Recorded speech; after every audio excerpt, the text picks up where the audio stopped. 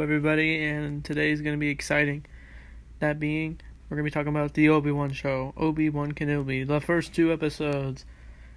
And oh my goodness, I love it. I just love this show already. This is some of the best Star Wars we have ever seen in a long time. Now, I love The Mandalorian. I love, I've said before that I love all Star Wars. But this, man, it really clicked to me. It really came out early on Disney Plus, and I was looking on my phone, and I saw it, and I just went, oh my goodness, and I couldn't help myself. I had to watch the first episode, even if it was late at night. So, yes. So this show, it shows, flashbacks of the prequel trilogy. I didn't think that was necessary, only because, I think we all know what happens. But in case they want to recap the audience, but whatever. And I love how they used a long time ago in a galaxy far, far away. It's like a movie. And immediately the show opens with an Order 66 scene. I'm like, oh my goodness, this is actually happening. Because I saw a group of Padawans and I was just like, wait, what? And then I realized, and once I saw the 501st Troopers, I just went, oh no. And then, it's amazing how I thought we wouldn't really get Order 66 because I didn't feel it was necessary, but we got it. And I realized that Grogu is at the Jedi Temple during this scene. We didn't see Grogu. It helped me remind me of that appearance he had in the Book of Boba Fett. And, and then that's where we really get into it. We see the Inquisitors arrive on the planet of Tatooine, and we got the Grand Inquisitor, the 8th brother, and the 3rd Inquisitor. More on her in a little bit. And they're basically looking for a Jedi, and the Grand Inquisitor just makes a speech or whatever, and then they find the random Jedi. It's just he saves this one random person from getting stabbed by the 3rd sister, and he runs away, but luckily he gets away from the Inquisitors, and then we see him. We see the amazing Obi Wan Kenobi, Ewan McGregor, and my jaw just went ooh. And he's living the simple life that we expect him to see him in a show like this. He's starting small, he has a small job where he cuts food, and then he goes on this wagon thing with other citizens of Tatooine, and then he lives on a cave for some reason. But this is before he finds his hut, like we see in New Hope. And, and I thought that was cool. And, apparently he's having PTSD. I thought that was interesting. They also show archived footage of the movies, of the flashbacks, so I guess they couldn't really show, Clone Wars stuff, since this is a live-action show. And showing random clips from a cartoon would be hard. But I didn't really feel the archive footage was really necessary, but, as I said earlier, they used it in the flashback, the recap, and in the flashbacks when Obi-Wan's trying to sleep. And I like how quiet and swell the cave is, where Obi-Wan just is sleeping. He doesn't have much, but he has enough to help himself. And and he tries to talk to Master Qui-Gon Jinn. Are we gonna see Qui-Gon in the show? I don't know. Maybe. We don't know. And so, he finds the Skyhopper toy Luke plays with from New Hope, and, he puts it on the doorstep. He also watches Luke, Owen, and Aunt Beru, or whatever, at the hut. I thought that was a little strange for Obi-Wan to do that, but then again, it makes sense, because he said at the end of Revenge of the Sith that he's gonna watch over the boy to protect him. He's doing it to protect him. That's what I understand. And, I liked this one amazing part that's really fascinating to me was, when Owen Lars finds Obi-Wan after he's trying to feed his the thing we saw in Revenge of the Sith. I forget what it's called, that thing Obi-Wan rides. And, he's just stay away from my family. And Obi-Wan's just when time comes, he must be trained. He also throws the toy at Obi-Wan, and he's just it's only a toy. And, it's just, it goes on and on and on, and I'm loving it.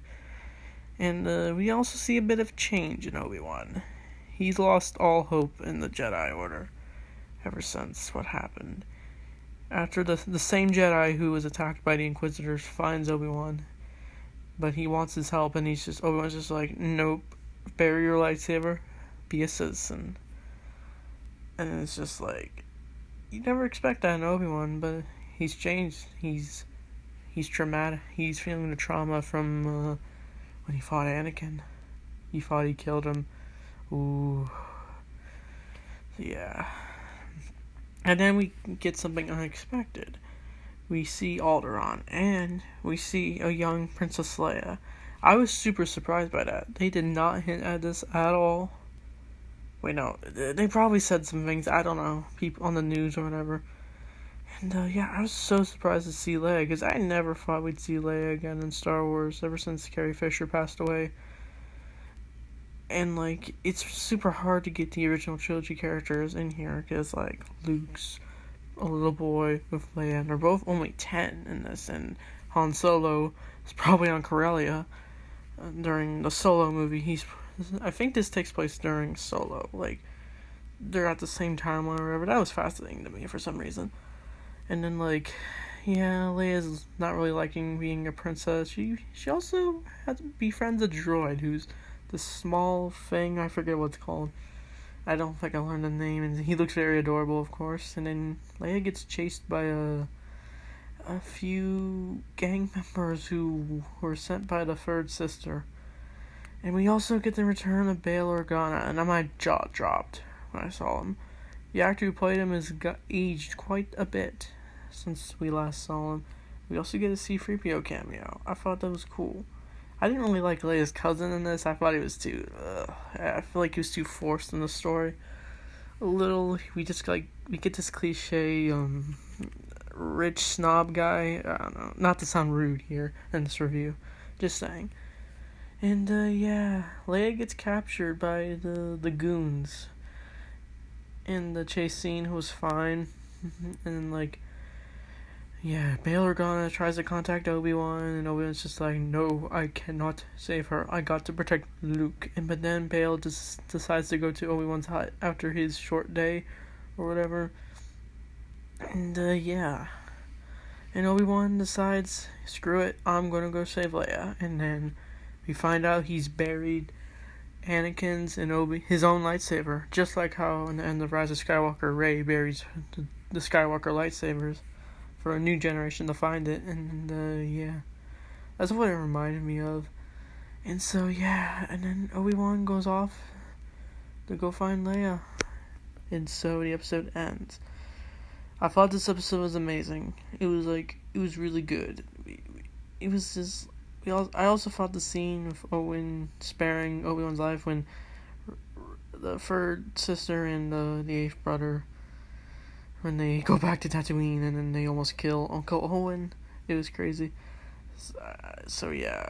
Sorry I randomly mentioned that, but I rate this episode why not, a 10 out of 10? Wait, no, a 9 out of 10. I had some issues, just little nitpicks. I thought the Inquisitors looked a little off.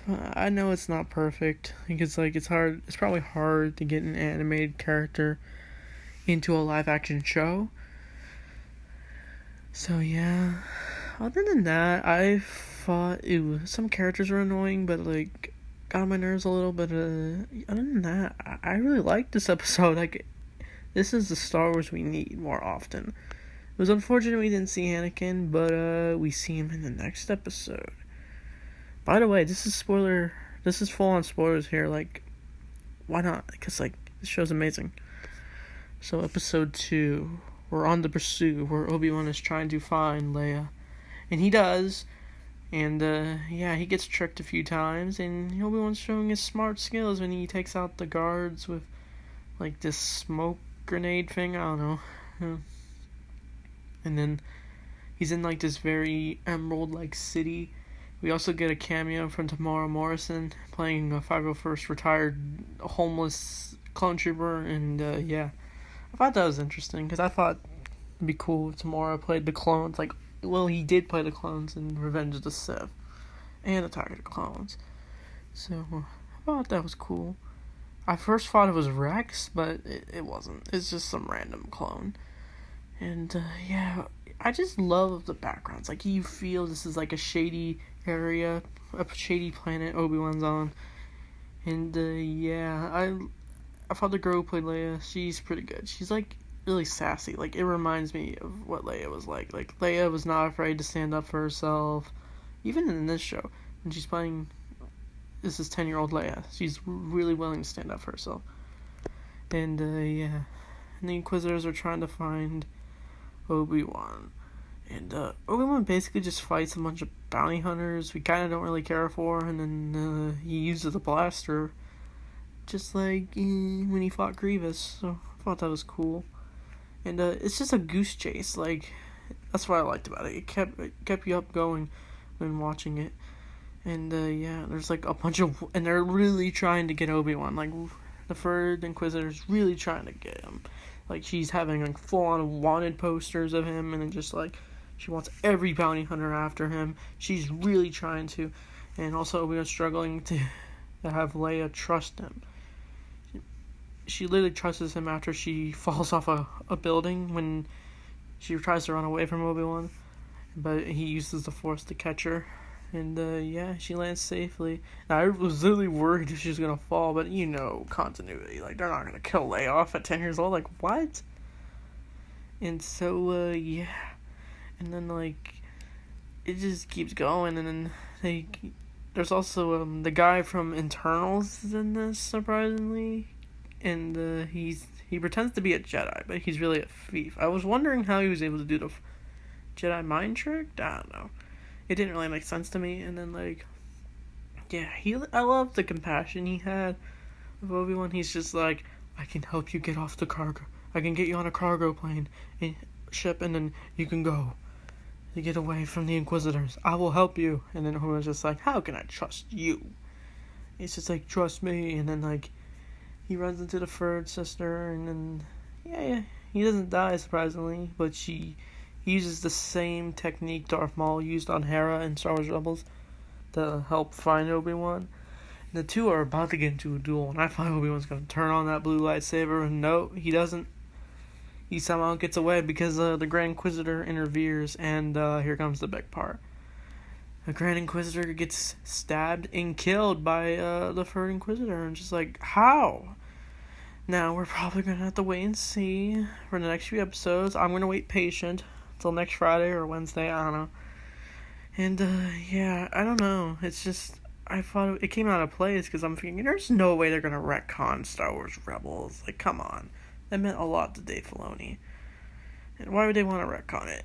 And so, I don't know. It could be a clone of the Grand Inquisitor. I don't know. He could be cloned. I don't know. Just have to wait and see. Maybe he was wounded. I don't know.